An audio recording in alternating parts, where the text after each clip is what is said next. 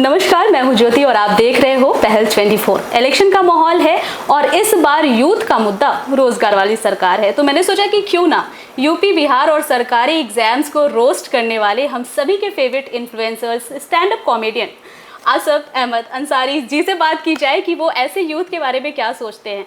और मुझे लगता है कि ये जो चेहरा है, ये जो नाम है, ये देखते और सुनते ही आप सभी के चेहरे पे स्माइल आ ही गई होगी, क्योंकि बच्चा बच्चा इनके कॉमेडी का फ़ैन है। सर, स्वागत है आपका हमारे स्टूडियो में।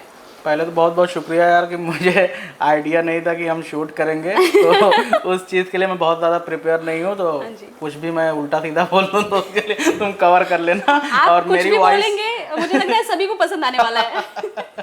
ऐसा तो है। तो सबसे पहले मुझे आसफ जी अपने बचपन के बारे में या अपने स्टूडेंट लाइफ के बारे में बताइए, क्योंकि मुझे लगता है अभी जो आप वीडियोस बना रहे हैं, लोग आपका बचपन जरूर जानना चाहते होंगे कि कितना शरारती बच्चा था या कितना पढ़ने में अच्छा था ये। नहीं, बचपन मेरा मतलब शुरू में तो मैं पढ़ने में बहुत बेकार था। मैं हमेशा कहता हूँ कि भाई अब मेरा पेपर रहता तो मेरे घर पे अम्मी अब्बू की तबीयत ख़राब हो जाती थी कि पास हो पाएगा कि नहीं हो पाएगा। वो लोग इतना टेंशन ले लेते थे। बट धीरे धीरे क्या हुआ कि सराउंडिंग ऐसी क्रिएट हुई, दोस्त और थोड़ा पढ़ाई की तरफ इंक्लिनेशन भी हुआ, तो उससे ये हुआ कि पढ़ने में थोड़ा ठीक ठाक हो गए। बट ये था कि उस तरह के ठीक ठाक नहीं थे पढ़ने में जितना होना चाहिए था। कितना होना चाहिए था, कितना मतलब होना चाहिए था, जैसे एक ये रहता है ना कि ये लड़का आगे चलकर कुछ बहुत तगड़ा करेगा, तो हमें देख के कभी कोई नहीं कहता था कि ये बहुत तगड़ा करेगा कुछ।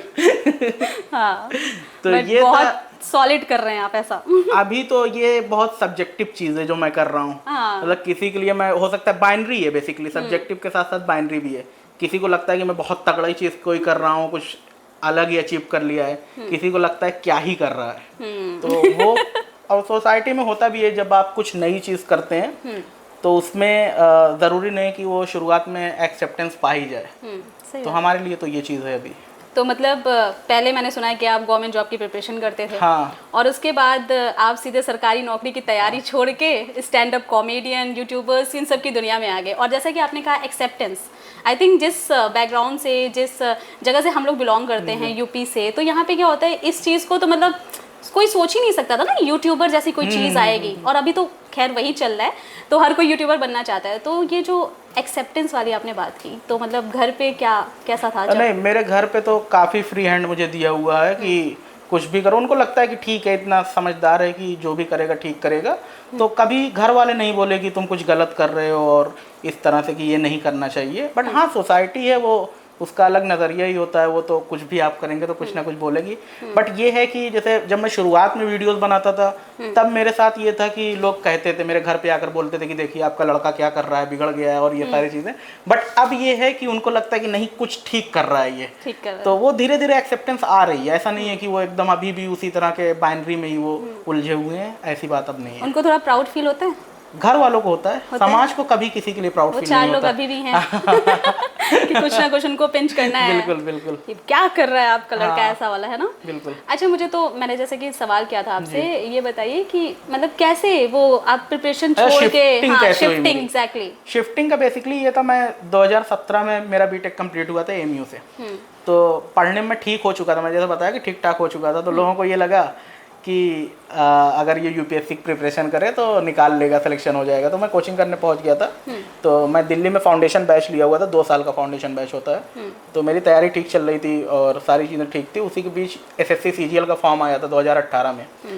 वो फॉर्म का जो प्री हुआ था 2019 में हुआ था। तो मुझसे किसी ने कहा कि यार तुम्हारी मैथ्स अच्छी है, इंजीनियरिंग तुम किए ही हुए हो, इंग्लिश थोड़ा ठीक कर लो तो सीजीएल में सेलेक्ट हो जाओगे। तो मैं कहा ठीक है, दे देते हैं। प्री दिया, मेरा स्कोर बहुत अच्छा आया था, 172 मार्क्स आया था 200 में। उस टाइम काफ़ी अच्छा माना जाता था।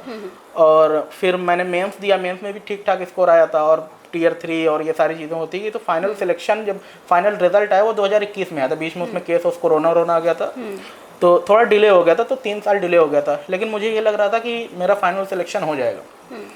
तो जब रिज़ल्ट आया 31 मार्च 2021 में आया था रिज़ल्ट। तो वहाँ पर क्या हुआ, मेरा 0.3 मार्क्स से सिलेक्शन रह गया था। और उस टाइम कोविड वाली सेकंड वेव चल रही थी, मैं घर पर था। तो मुझे एक तो जब किसी चीज़ से आप बहुत ज़्यादा उम्मीद लगाए रहते हैं और वो चीज़ अचीव नहीं होती तो एक अफसोस वाली चीज़ रहती है। तो मैं तो खूब रोया गया था। फिर उसके बाद सेकेंड वेव चल ही रही थी, घर पर था। तो उस टाइम मैंने एक स्टैंड अप कुछ दिन पहले किया हुआ था। उस स्टैंड अप की एक क्लिप ऐसे ही वायरल हो गई थी। वैसे उस स्टैंड अप पे कोई व्यूज नहीं आया था, 1-1.5 व्यू आया था। और जब उसकी एक क्लिप वायरल हुई छोटी सी रील्स के फॉर्म में, तो मुझे कुछ लोग सजेस्ट किए यार कि अगर तुम खुद बनाओ इस तरह का तो काफ़ी अच्छा जाएगा। तो मैंने कहा कि ठीक है बना के देख लेते, फालतू से सिलेक्शन हुआ नहीं था, दिल टूटा हुआ था, तो मैंने वही बनाना तभी स्टार्ट किया था। फिर जब बनाना स्टार्ट किया तब भी मैं प्रिपरेशन करता था, क्योंकि तब ये नहीं सोचा था कि ये मैं आगे कैसे ले जाऊंगा या सस्टेन किस तरह करूंगा, ये चीज़ कभी नहीं थी। लेकिन कुछ टाइम बाद प्रिपरेशन उतनी सही हो नहीं पा रही थी और ये चीज़ बहुत तेज़ी से ग्रो कर रही थी।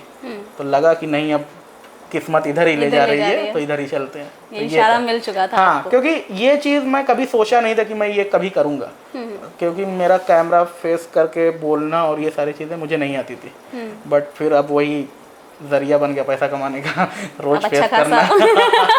अच्छा, जब आपने जो पहली वीडियो बनाई थी वो किसी ने सजेस्ट किया था आपको या आपने खुद से? नहीं, मैंने कभी किसी का कंटेंट कॉपी नहीं किया और सारी चीज़ें मेरी खुद की रहती हैं। और ज़्यादातर मैं कोशिश करता हूँ कि ऐसी चीज़ें बनाऊँ जो सामने वाले को भी लगे कि यार ये चीज़ तो मेरे साथ हुई है। रिलेटेबल बनाने की कोशिश करते हैं और वो ऑथेंटिक कंटेंट रहे, तो वही कोशिश रहती है। तो जो आपने टूटे दिल वाली बात की, तो यहीं पे टूटा है, कहीं और भी टूटा है? नहीं, बस यहीं टूटा है। यहीं टूटा है, बाकी जगह सही चल रहा है? मैंने मैकेनिकल से बीटेक किया हुआ है, तो और जगह मामला था ही हाँ, नहीं। कोई नहीं। अच्छा, तो मैंने अक्सर देखा है कि आप विकास कीर्ति सर के बारे में अक्सर बात करते रहते हैं, और आपकी वीडियो भी एक वायरल हुई थी कि अगर उन्होंने एक कमेंट किया वो वाली, तो मतलब कोई उनका आपकी लाइफ में उनका क्या रोल है? बहुत बड़ा इन्फ्लुएंस है। मैं तो हमेशा हर जगह बोलता ही रहता हूँ और मैं उनसे मिलने भी गया था। जैसे मैं उनका रोल तो बता ही दूंगा क्या है, बहुत इंपॉर्टेंट रोल है। जैसे जब मैं बीटेक करता था तो मेरे अंदर उतनी डेप्थ नहीं थी चीज़ों को लेकर समझने का, और मैं बार बार कहता हूँ कि मेरे अंदर रिजिडिटी थी, किसी भी चीज़ को मैं किसी से भी बहस कर लेता था और सारी चीज़ें। बट उनसे पढ़ने के बाद वो चीज़ मेरी खत्म हो गई। उनसे पढ़ाई का मतलब हाँ, आपने दृष्टि ज्वाइन की? दृष्टि मैंने ज्वाइन किया था। मेरा ऑप्शनल हिंदी लिटरेचर था, वो भी विकास सर से पढ़ा था। और मेरा एफए भी उन्होंने ही पढ़ाया था, और एथिक्स रहती है उसकी भी क्लासेस उन्होंने ही कराई थी। तो सारी चीज़ें उन्हीं से पढ़ा था। ज़्यादातर जो मेन इन्फ्लुएंस उन्हीं सब चीज़ों से हुआ था। तो वो एक बहुत बड़ा रोल है। और दूसरी चीज़ क्या है कि विकास सर के साथ जब मैं मिलने गया था तो मैं बहुत सारे लोगों से मिला, बहुत सारे टीचर से मिला हूँ। विकास सर के साथ ये है कि ना वो सामने वाले को अनकंफर्टेबल फील नहीं कराते। अच्छा, लगता है जैसे वो लगता है कि काफी। हाँ यार ठीक है, तुम जिससे मिल रहे हो वो बहुत बड़ा आदमी है, लेकिन वो उस चीज़ को महसूस नहीं तुमसे कराता। बड़ा होना ज़रूरी नहीं है कि किसी को छोटा करके ही बताया जाए। वो कभी कभी सामने वालों को भी बड़ा बताकर भी खुद को बड़ा महसूस कराया जाता है। तो वो चीज़ उनके अंदर है, तो वो काफ़ी तगड़ी है उनकी। तो जब आप उनसे मिले होंगे तो उन्होंने बोला नहीं कि बेटा हम तो यूपीएससी की पढ़ाई करवा रहे थे, तुम तो उन्हीं को रोस्ट करने लगे? नहीं, उन्होंने कहा भी कि यार साहब अब तुम यूपीएससी की तैयारी मत करना कभी। कह रहे तुम जो अचीव किए हो वो बहुत तगड़ी चीज़ है, और आगे आने वाले टाइम में लोग इसको रिकॉग्नाइज करेंगे। अभी भले ना कर रहे हो, बट तुम जो कर रहे हो वो बेस्ट है। तो वो मेरे लिए बहुत बड़ा अचीवमेंट था कि जिनसे मैं पढ़ा वही वो चीज़ कह रहे हैं कि यार तुम ठीक कर रहे हो, तो सही है। अच्छा, तो ये आजकल जैसे कि अब आप स्टैंड अप कॉमेडियन बन गए, इतने सारे आपके फैन हैं, तो मतलब हमारे टाइम पे जब भी आपने स्टार्ट किया तो उस समय इतना कोई, हमारे बचपन में तो ये चीज़ें थी नहीं, स्टैंड अप कॉमेडी क्या होता है हम लोग जानते भी नहीं थे। लेकिन आप किसी भी बच्चे से पूछिए क्या बनना है, स्टैंड अप कॉमेडियन बनना है ना? तो ऐसे बच्चों के बारे में क्या बोलोगे आप? अभी तो क्या रहता है ना, अभी जैसे सोशल मीडिया का दौर चल रहा है, हम हर चीज़ रील्स के फॉर्म में देख के समझते हैं कि यही रियलिटी है। बट बच्चों के लिए मैं क्या ही कहूँगा, हम लोग के साथ दिक्कत क्या है, हम लोग सक्सेस, यूथ, हाँ यूथ के लिए कह सकते हैं। यूट्यूबर बनना, जैसे मुझसे कोई पूछता है कि यूट्यूबर बनने के लिए क्या करना चाहिए, तो मैं कहता हूँ कि एक सर्टेन लेवल तक पढ़ लो, फिर सोचो करने का, अगर आपके पास उस तरह का बैकग्राउंड नहीं है। क्योंकि हम लोग जिस बैकग्राउंड से आए थे, हमारे पास ऑप्शन नहीं था बहुत ज़्यादा, एक बैकअप नहीं है हमारे पास। हम नहीं पढ़ेंगे तो हम करेंगे क्या? जैसे बहुत सारे लोग जिनके पास बहुत पैसा है, उनके लिए ये नहीं पढ़ेंगे तो जाकर बिजनेस करेंगे और सारी चीज़ें करेंगे। हम लोग के पास ये ऑप्शन नहीं होता, हमारे पास नहीं पढ़ेंगे तो करेंगे क्या? जितने भी बेरोजगार लोग हैं वो बेरोजगार बहुत टाइम तक रहने का सबसे बड़ा रीज़न यही होता है कि उनके पास बैकअप नहीं है। तो जिनके पास बैकअप नहीं होता वो लॉन्ग टर्म तक अगर नौकरी नहीं लग रही है, सरकारी नौकरी नहीं लग रही है, तो फिर वो बेरोजगारी बढ़ती जाती है। अगर उनके पास बैकअप हो तो वो क्यों बेरोजगार रहना किसी को शौक थोड़े होता है, तो मजबूरी है। तो यूथ के लिए क्या कहना, यूथ के लिए यार क्या ही कहूँ मैं।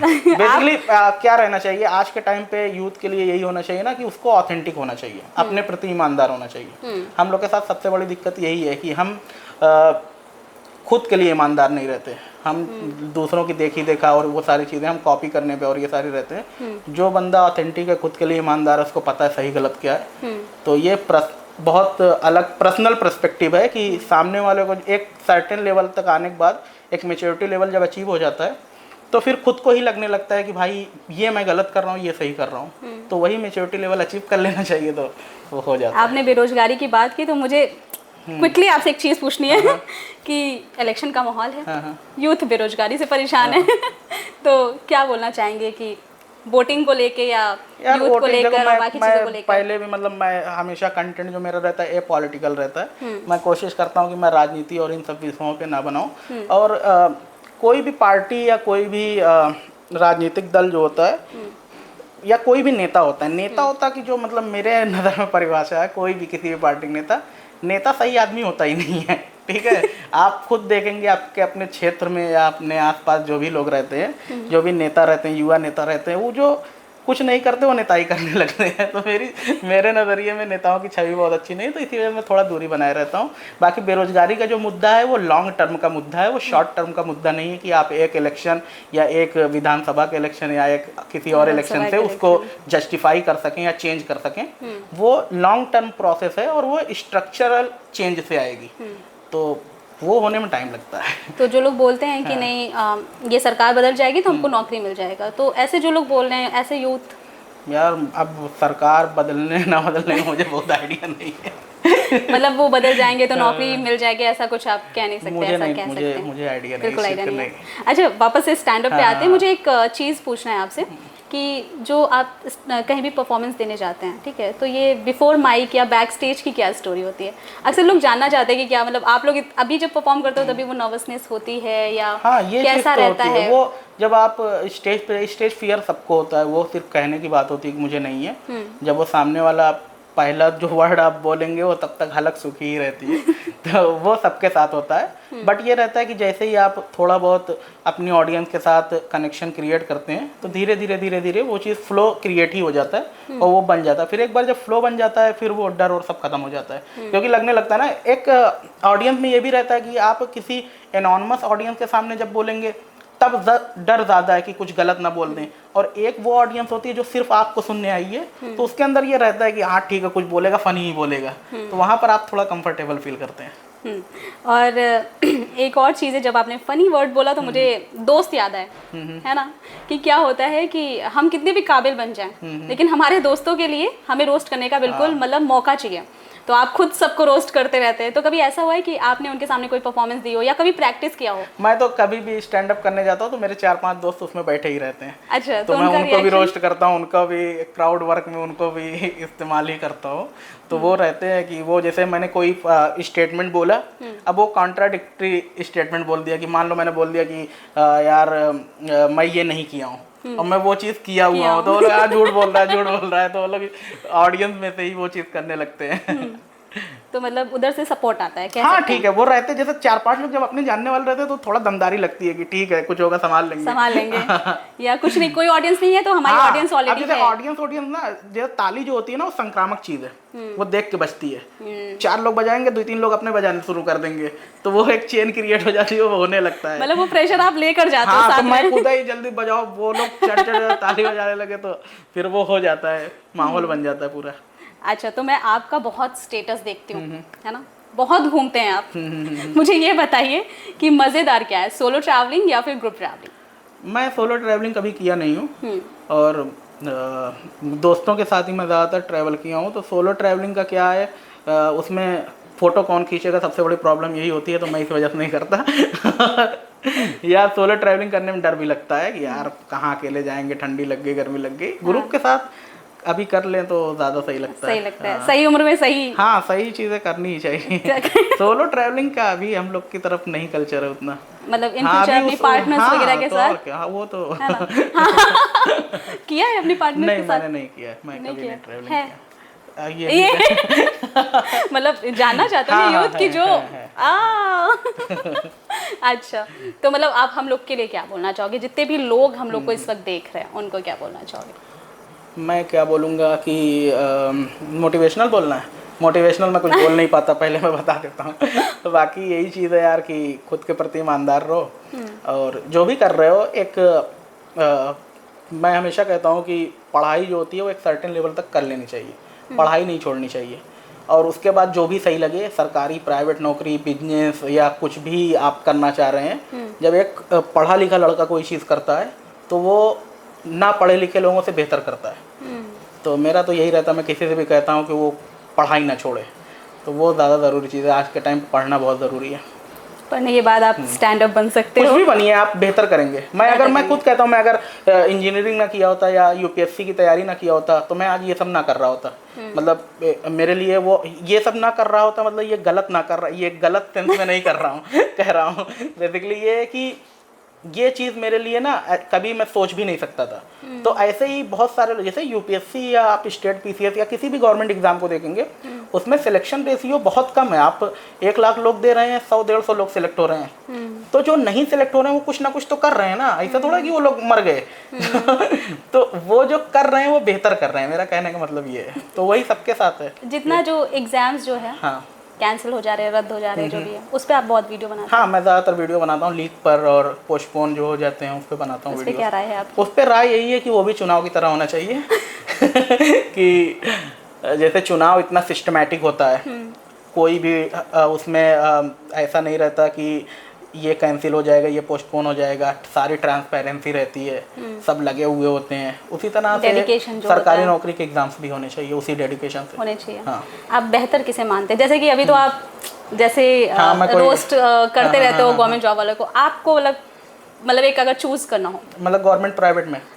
तो ये प्रायोरिटी की बात होती है कि आपकी प्रायोरिटी क्या है। प्रायोरिटी आपकी प्रायोरिटी अगर स्टेबिलिटी है और आपको थोड़ा बहुकाल चाहिए, या आप किस क्षेत्र से हैं ये भी इम्पोर्टेंट है कि आप नॉर्थ बेल्ट से हैं कि साउथ बेल्ट से। नॉर्थ बेल्ट से हैं तो सरकारी नौकरी का वहाँ पर ज़्यादा इम्पोर्टेंस है। तो प्रायोरिटी पे डिपेंड करता है कि आपको चाहिए का। आपका बहुत ज़्यादा पैसा चाहिए, 1 नंबर का पैसा चाहिए तो प्राइवेट नौकरी है, और आपको बहुकाल चाहिए, स्टेबिलिटी ज़िंदगी में चाहिए, और एक रिकॉग्नाइजेशन चाहिए सोसाइटी से, तो सरकारी नौकरी अच्छी। मेरा बेसिकली ऑडियंस वो है कि वो सरकारी नौकरी वाली ऑडियंस है, तो मैं उसी तरह की वीडियोस भी बनाता हूँ। बाकी प्राइवेट को भी हम लोग यूज़ ही करते हैं कंटेंट, क्योंकि प्राइवेट में भी बहुत सारी तकलीफ और परेशानियाँ जो प्राइवेट नौकरी कर रहे हैं, तो हम उस पर भी कंटेंट बनाते हैं। बाकी वो शिफ्टिंग की बात नहीं है। राइट। हाँ।